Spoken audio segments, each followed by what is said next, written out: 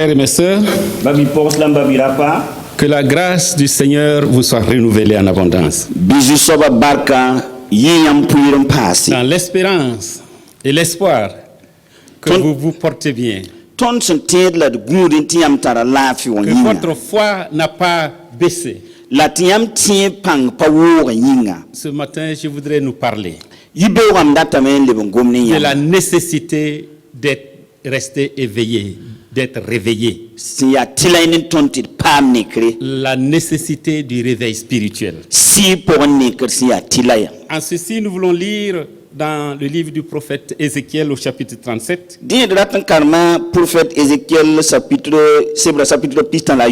Lisons à partir du premier verset.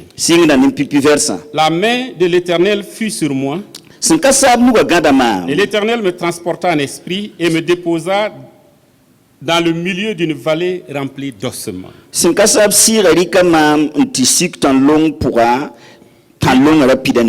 Il me fit passer auprès d'eux tout autour.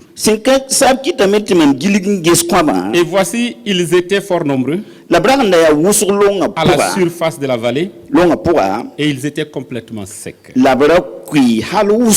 me dit, Fils de l'homme, ces eaux pourront-ils revivre? Je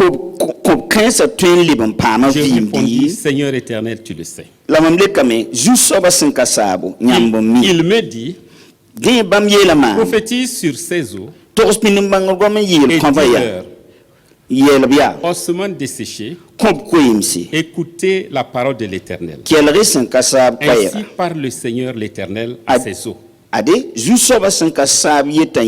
je vais faire venir à vous un esprit et vous vivrez. Je vous donnerai des nerfs. Je vous ferai croître sur vous. Je ferai croître sur vous de la chair. Je vous couvrirai de peau. Je mettrai en vous un esprit et vous vivrez. Et vous saurez que je suis l'Éternel. Je prophétisais selon l'ordre que j'avais reçu. Et comme je prophétisais, il y eut un bruit. Et voici, il se fit un mouvement. Et les eaux s'approchèrent les uns des autres. Je regardais, voici, il leur venait la chair crue. Et la peau les couvrit par-dessus. Mais il n'y avait point en eux d'esprit. Il me dit, prophétise. Et parle à l'esprit. Prophétise, fils de l'homme. Et dis à l'esprit. Ainsi parle le Seigneur, l'Éternel. Esprit, viens des quatre vents. Et qu'il revive. Je prophétisais selon l'ordre qu'il m'avait donné.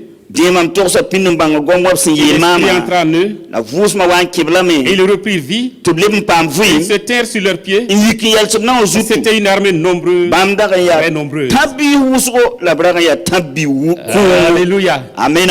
Vous savez, la routine peut s'installer facilement dans nos vies. Et nous faisons les choses sans réellement y réfléchir. Tout devient mécanique, machinal.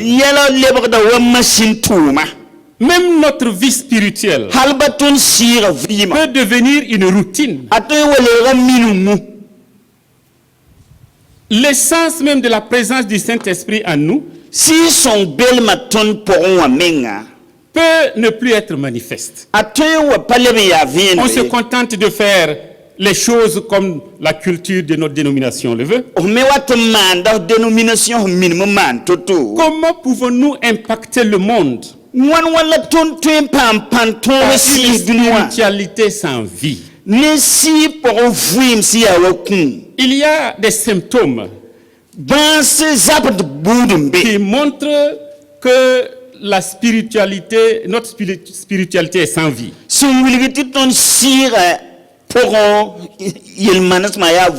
Premièrement, une spiritualité sans vie est semblable à des ossements blanchis. Si pour vuim sans kabe pipi a wenda wa kom sans katar vuim. La vision que le prophète Ézéchiel a vue. Bon makaning prophète Ézéchiel seigneur. Rappelez-vous ce prophète a beaucoup vécu en exil. Parmi les déportés, il entendait ce qu'il disait. Et Dieu l'utilisait pour les réconforter. Vous savez, les déportés, ceux qui étaient en captivité à Babylone disaient, les pères ont mangé des raisins verts et nous les enfants, nous avons les dents agacées. Nous supportons ou nous portons sur nous les conséquences des fautes de nos parents. N'est-ce pas ce qu'aujourd'hui certains soi-disant prophètes enseignent? Parlant des liens de génération. Nous avons nos ancêtres qui nous ont impactés. Il faut briser les liens ancestraux. Beaucoup utilisent ce verset qu'Ézéchiel Dieu a révélé à Ézéchiel. Ces gens disent, c'est parce que ton père a été sorcier. Ton père a été féticheur. Ta mère a été telle chose, telle chose. C'est pourquoi ceci t'arrive. La Bible nous dit, si quelqu'un est en Christ, il est une nouvelle création. Tout est devenu nouveau. Dieu dit à Ézéchiel, dis à ceux qui sont en captivité, dis aux enfants d'Israël, vous ne direz plus jamais ce proverbe. L'âme du Père et comme l'âme du Fils sont à moi. Vous ne direz plus jamais ce proverbe en Israël. C'est l'âme qui a péché qui mourra. Dieu dit d'utiliser ce proverbe. Comment fait-il qu'aujourd'hui, nous qui sommes sous la grâce, nous qui sommes en Jésus-Christ, qui a tout accompli, qui fait toutes choses nouvelles à nous, pourrais-je dire à mon frère, il faut couper les liens ancestraux. Christ a tout brisé. Qu'est-ce que ma personne peut faire pour briser quelque chose? Que la croix et le sang de Christ n'ont pas brisé. Mes frères, mes sœurs, ne vous laissez pas tromper par la philosophie des hommes, par les doctrines de Satan. Celui qui est en Christ est une nouvelle création. L'Esprit de Dieu a transporté donc Ézéchiel. L'amenait dans une vallée. Et la vallée était pleine d'ossements. Le peuple qui était en captivité semblait ne plus avoir d'avenir. Ils ont quitté leur pays sans espoir d'y retourner. Ils lisent par la parole de Dieu. C'est que le prophète Jérémie leur avait dit. Elle durera 70 ans votre captivité. Après quoi je vous ramènerai dans ce pays. Le peuple était découragé. Leur vie spirituelle était presque morte, ressemblant à des ossements dans une vallée. Et Dieu parle. Est-ce que ces eaux-là peuvent revivre? Nous connaissons que l'image des ossements est terrible à voir. Surtout les ossements humains. La vue même des squelettes. Entre les rêves, ça devient des cauchemars. Mais nous savons que dans ce monde, il y a eu des millions et des millions de personnes qui ont été assassinées, qui ont été tuées, et leurs os ont été répandus sur la terre. Souvenez-vous, des millions de morts au Cambodge. sous la dictature des Khmers rouges. Souvenez-vous de l'Holocauste, où des millions de Juifs ont été gazés, ont été tués, et les corps décharnés, les ossements ont été entassés en Pologne, ailleurs dans le monde. Rappelez-vous encore, plus près de chez nous, le génocide rwandais, où le frère est devenu un ennemi pour le frère.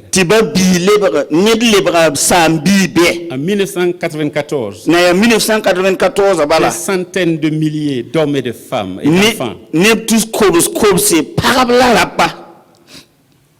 ont vu leurs corps et leurs ossements joncher les 1000 collines de ce beau pays qu'est le Rwanda.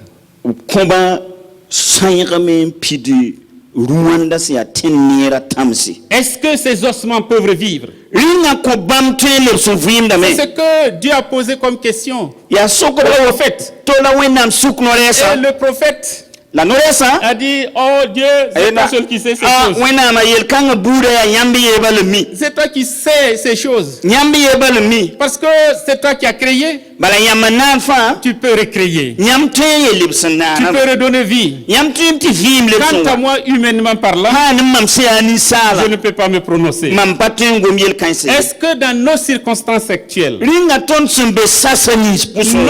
vie spirituelle est toujours fervente? Ou est-ce qu'elle a refroidi? Ou même qu'elle est morte? Quand est-ce que le réveil est-il nécessaire?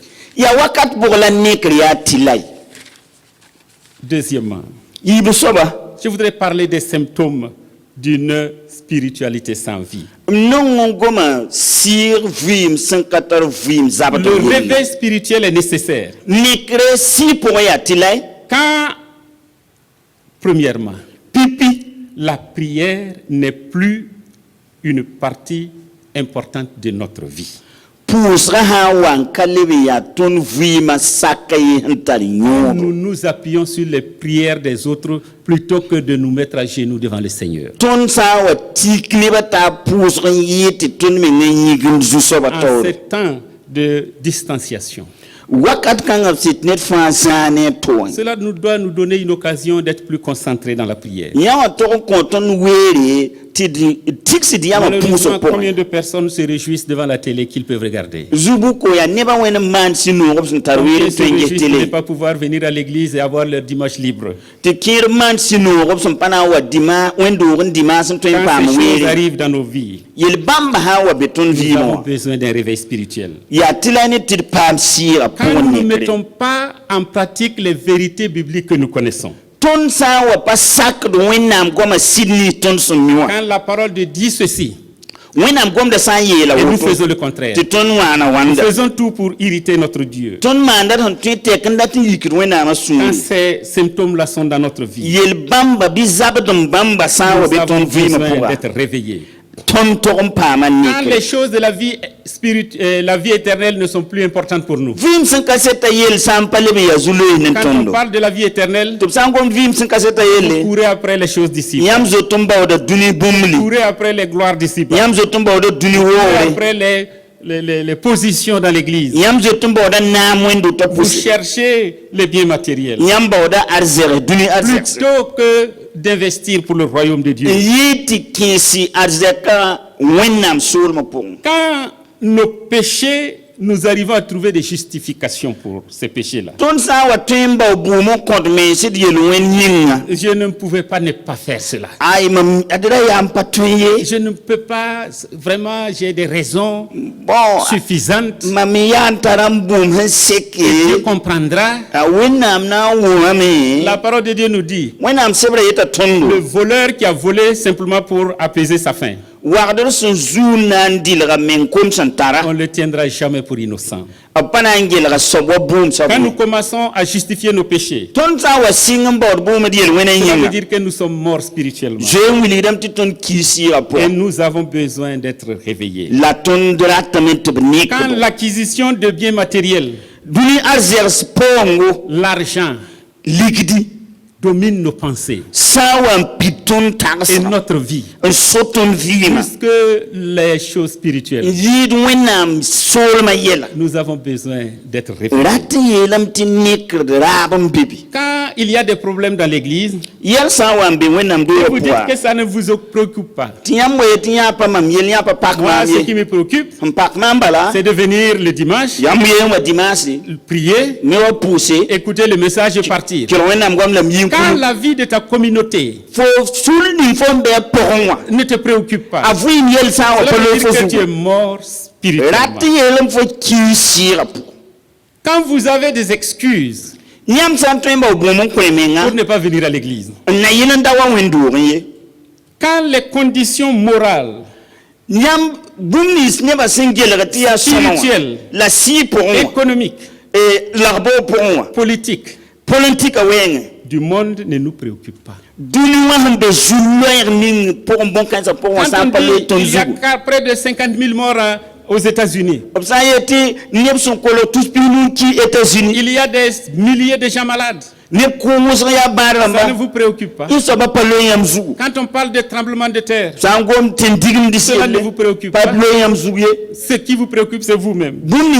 Cela montre que vous êtes spirituellement mort. Une église peut être cliniquement morte quand l'église ne s'occupe que des infrastructures, les équipements, et oublie l'évangélisation. Cette église est cliniquement morte. Mais il y a de l'espoir. Troisièmement, nous voyons que c'est l'Esprit de Dieu qui peut redonner vie. Le prophète a prophétisé sur ordre de Dieu. Rappelez-vous que ce n'est pas lui qui a initié la prophétie. C'est Dieu qui lui a dit de dire. Ce n'est pas la pensée positive. Ce n'est pas des proclamations positives. C'est Dieu qui lui a dit de dire. Combien d'hommes et de femmes sont abusés par des déclarations de soi-disant prophètes. Oh, si je suis homme de Dieu, en tant qu'homme de Dieu, je proclame, je déclare, et Dieu ne leur a rien dit. Dieu ne leur a pas parlé. Ils prennent leurs hallucinations comme de l'inspiration. Le prophète n'a pas eu une pensée positive. C'est Dieu qui lui dit. C'est Dieu qui lui a dit. Ne vous laissez pas abuser. Ne nous laissons pas abuser. Quelle que soit la stature d'un homme, il n'est pas Dieu, il n'est pas Christ. C'est seulement quand Christ parle, quand Dieu parle, quand l'Esprit parle, la chose se réalise. Ne nous méprenons pas des beaux parleurs. Des beaux parleurs. Il n'y a pas de pensée positive, de proclamation positive qui puisse produire des effets à part ce que Dieu a dit. Si ce sont des proclamations positives qui créent les choses, je n'ai pas besoin de Christ. Je passe le temps à faire des déclarations positives. Ça, c'est le produit de la psychologie. Le prophète a reçu la parole de Dieu. Il a prophétisé. Et il y a eu un vent qui a soufflé. Les nerfs sont venus. Les eaux se sont rassemblés. Et c'était des corps posé. La lebra ni sendere anki. Et Dieu dit, la wenam yela prophétise, ye torse parle torse gome de ma part. gomne mamno L'esprit viendra. la vim sira na Il a wa prophétisé ta sit gom banga selon goma l'ordre qui lui a été donné. wasa zem torse Le lim son prophète coin prend soin de dire, c'est selon l'ordre que j'ai reçu. nole sa rik da weron to gaden tia gom dub son komam tom gome Il a prophétisé.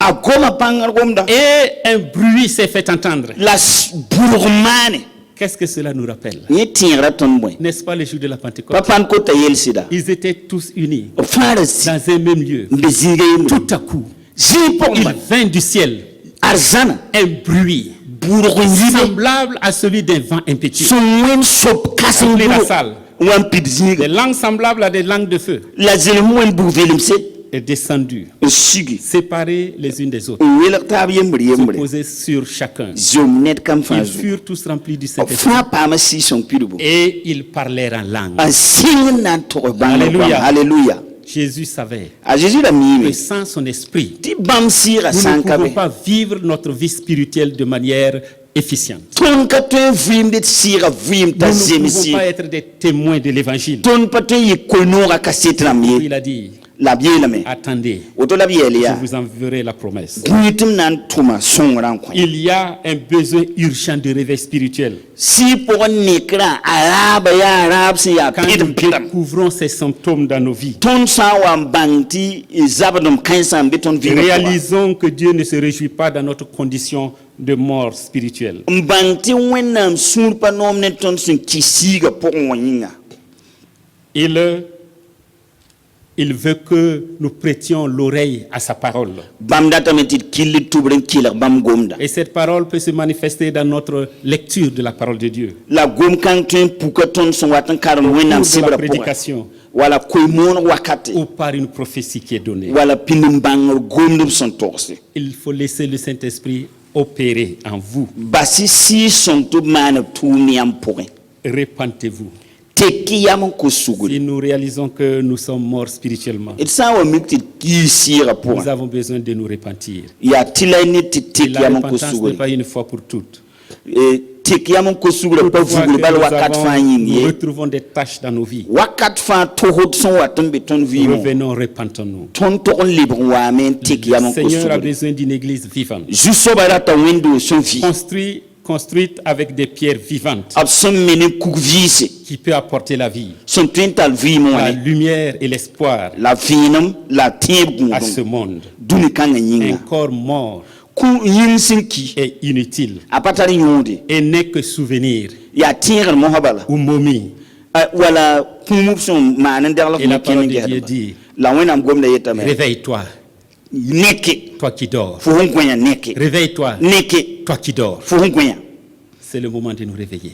ya wakat ton son to nek mas Ce n'est pas le temps de dormir. pa gwen wakati Nous voyons les signes qui manifestent ou qui démontrent la venue imminente de notre Seigneur. ton yata ban la cassette sungun gi ton jusso ba Christ wa nga pinram Réveillons-nous et neke et que l'Esprit agisse en nous. la benam sira ton poussé Amen. amina Amen. amina